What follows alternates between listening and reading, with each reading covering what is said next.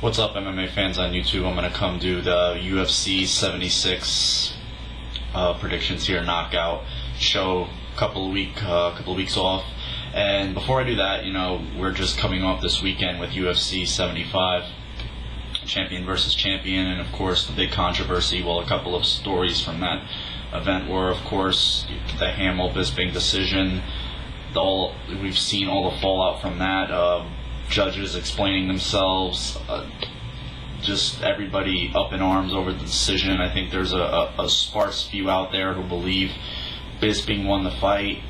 Of course, there's a lot of English or England and United States maybe differing, and by no means is there for myself anyway, a bias because Hamill is an American, but I picked Bisping to win the fight just due to his experience and his more well-rounded game. But in watching the fight again, I watched the fight. I didn't watch it with any sound, just to see the fight in a different perspective. And I pretty much saw the same thing that I saw on Saturday night, which was Hamill winning a unanimous decision. Maybe Bisping squeaked out the third round. He really didn't land anything clean. He landed maybe 2 or 3 punches clean, whereas Hamill was pressing the action and pushing forward, got the takedowns, scored more damage, just really pressed the fight. And if he didn't do that, there wouldn't have been much action. So I don't understand how you can give a fighter a fight when he's backpedaling most of the rounds, and he's getting, especially in that first round, he was getting knocked around quite a bit. So I still think was a very, very shoddy decision, and I think that Dana White needs to look at that, because he's constantly said this MMA UFC thing is not what boxing is. There's a lot of more honesty, more integrity, more exciting fights, and you see a decision like that, it makes you shake your head. And in keeping with that topic, in England, they rely on the UFC to do all the sanctioning, all the drug tests, and all the things that go into what an athletic commission would do, similar to like New Jersey State Athletic Commission, who set a lot of the precedents with the rules in mixed martial arts, and the Nevada State Athletic Commission, now California, so on and so forth. A lot of the things that the UFC hired Mark Ratner to do in the United States to get sanctioning in all the states, so they can start moving the show around quite a bit. So they rely on the UFC to appoint all the judges and all the referees and officials for the fights, as opposed to the athletic commissions that do here in the States. So I don't know if there was a conflict of interest. We just don't want mixed martial arts to turn into a popularity contest.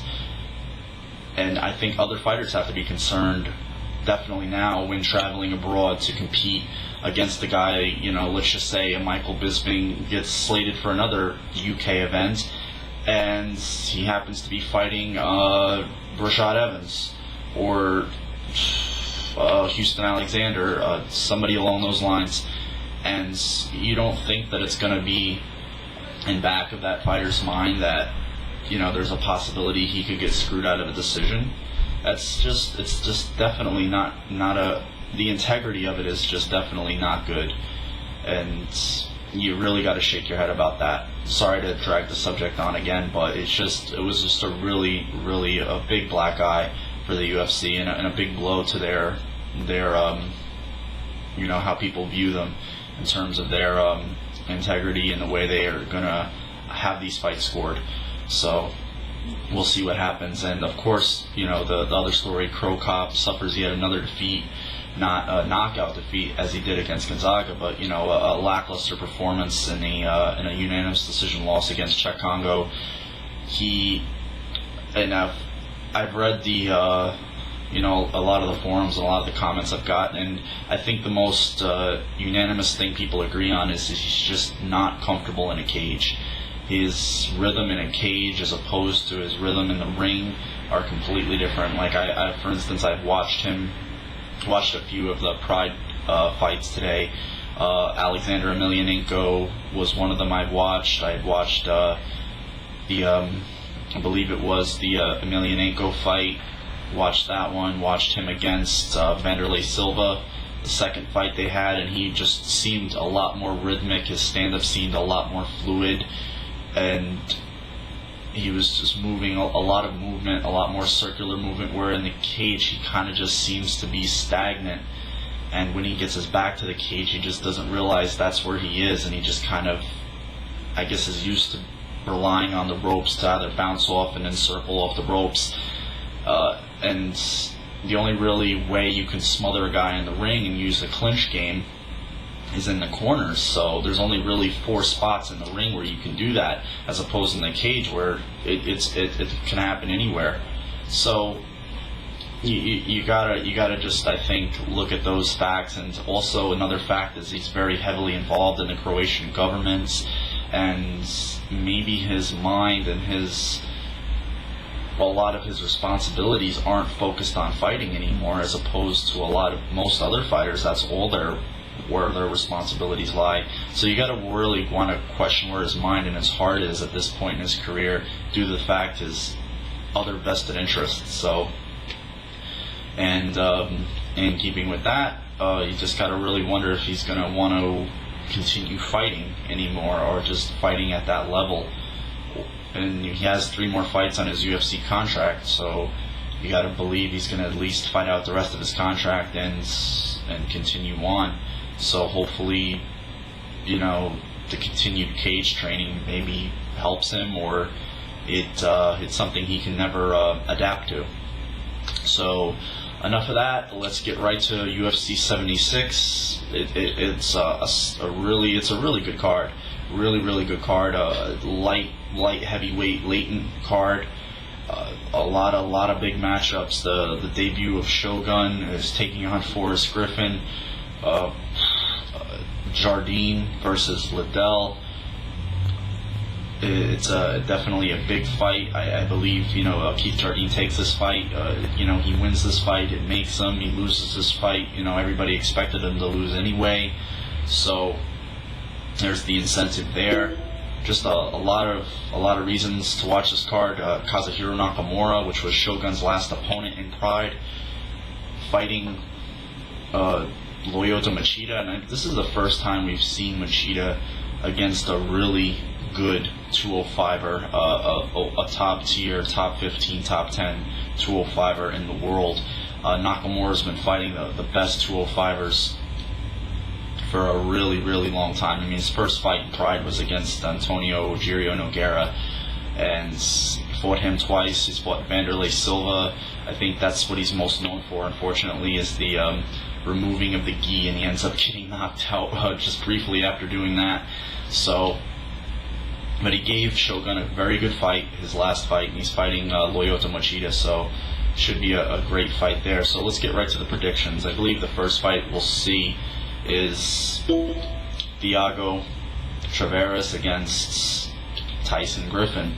So this looks like it's going to be another ground war, another scramble war on the ground, similar to the Clay Guida fight. The only thing that is going to be different, I think, everybody was enamored with Tavares' last performance against Jason Black on a fight night card, and he's not going to be fighting an opponent who struggled to make that weight. I believe Griffin doesn't have to cut much weight, really, if any at all, to make 155.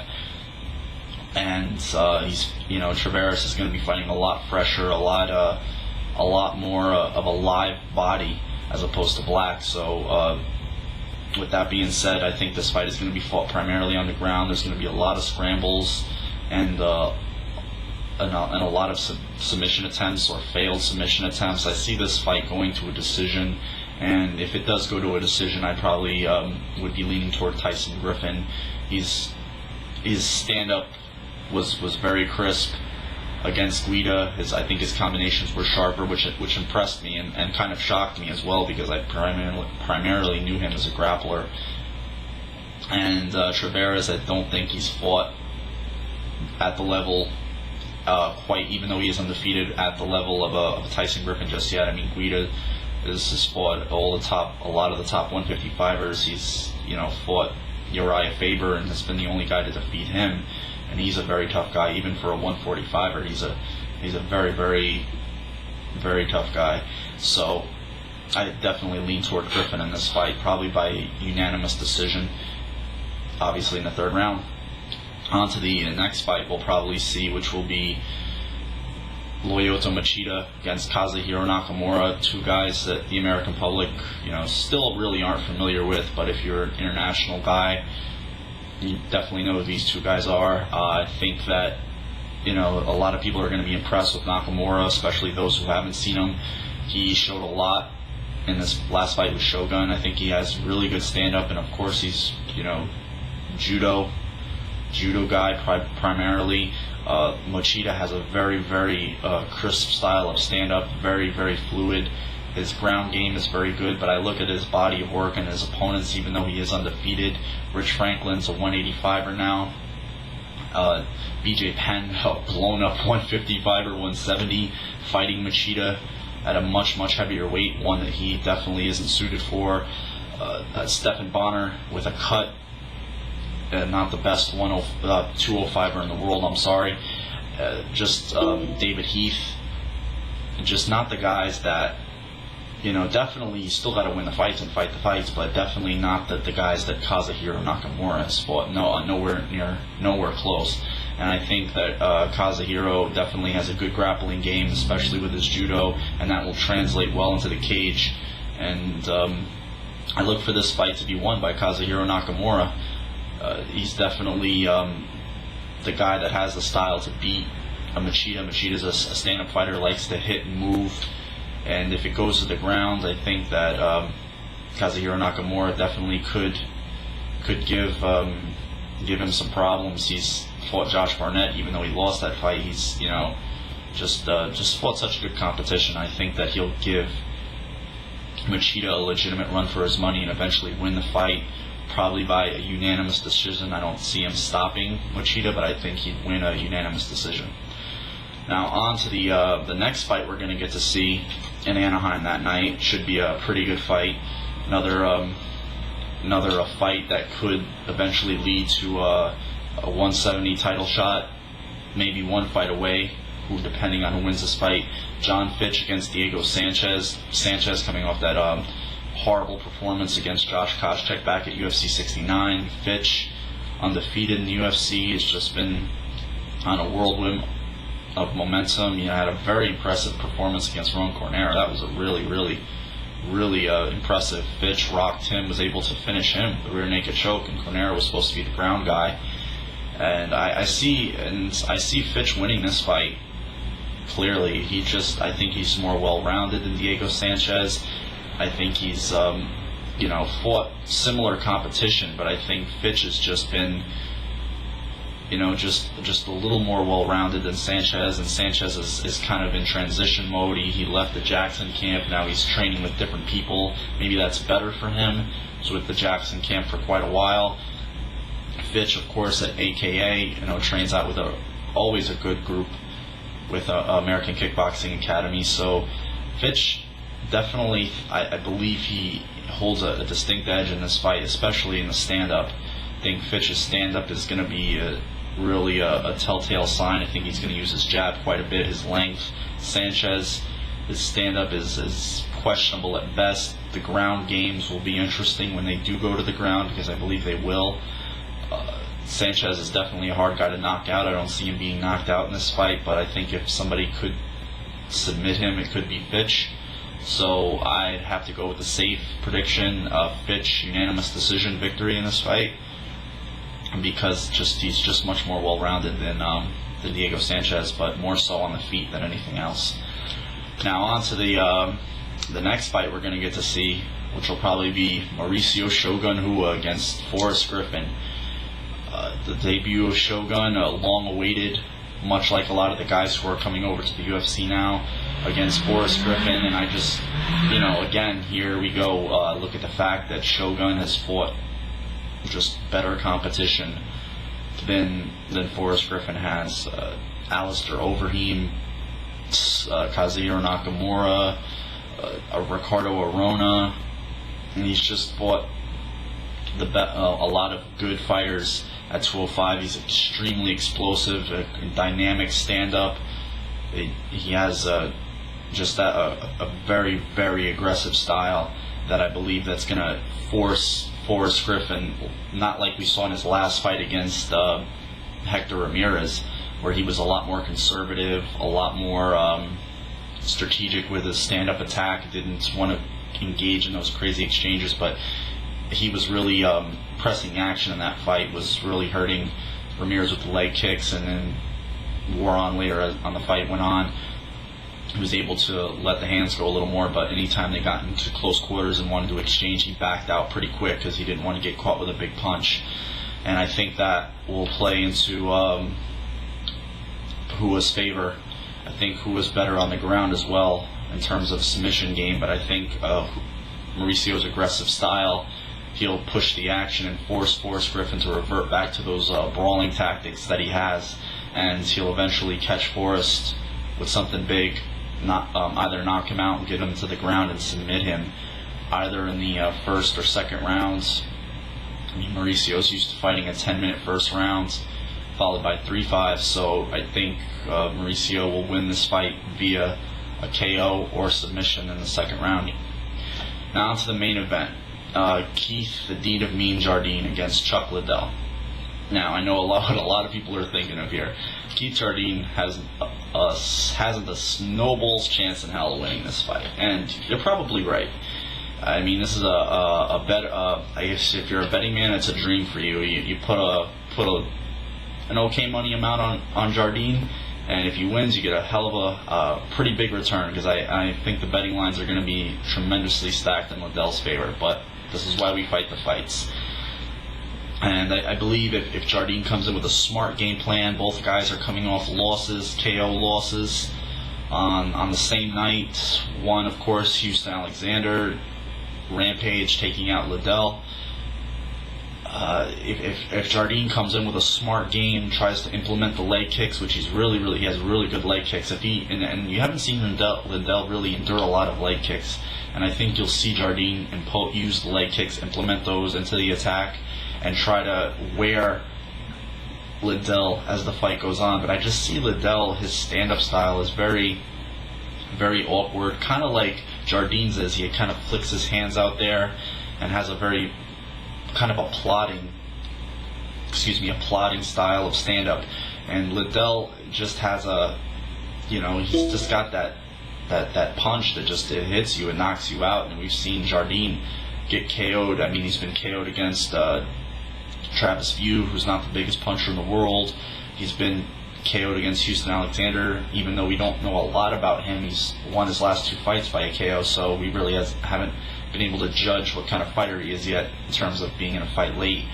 It just looks like a matchup that's just tailor-made for Liddell to win, and I think he'd probably win this fight with a KO in the first or second round. I think he's going to come out pretty pissed, pretty aggressive, and when the action does get into close quarters and they start exchanging, I think Liddell's punching power is going to be evident, and he'll probably catch Jardine with something big and knock him out. And I think that's how the card will play out, folks. I'm interested to see what you guys are going to think about UFC 67 Knockout. I think it's an appropriate name because I think we're definitely going to see some knockouts on this card, especially the aforementioned Jardine-Liddell fight. And until then, you guys have a good one. Take care, and hopefully it'll be a good card.